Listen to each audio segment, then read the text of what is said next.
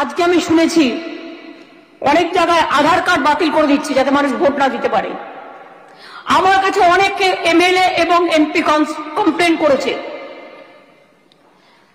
From district area north 24 Pargana আমায় করেছে কমপ্লেনটা। আমি দেখতে বলেছি অ্যাডমিনিস্ট্রেশনকে অ্যাকচুয়াল কি হচ্ছে। যখন আধার কার্ড করে তখন টাকা দিয়ে কত কষ্ট করে ঘুরে ঘুরে করতে হয়। হঠাৎ করে আধার কার্ডগুলো নাকি বাতিল করে দিয়েছে ইলেকশনের আগে, যাতে মানুষ ভোট দিতে না পারে, গণতন্ত্র অধিকার করতে পারে, হরণ করতে পারে। আর এর প্রেক্ষিতে বিজেপি কি বলছে শুনুন।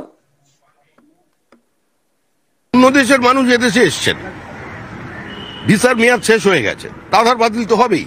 এটা ধর্মশালা নাকি? পৃথিবীর অন্য দেশে গিয়ে দেখো তো। আপনি যান না আমেরিকায় গিয়ে ভিসা অ্যাপ্লাই করতে, প্রতিদিন এই কলকাতার অফিসে কত মানুষ যান আর কজন ভিসা পাচ্ছেন, আর কত টাকা করে জমা হচ্ছে আমেরিকার কোষাগারে, হিসেবটা নিন। তো ভারতবর্ষে যে যখন আসে ঢুকে পড়বে।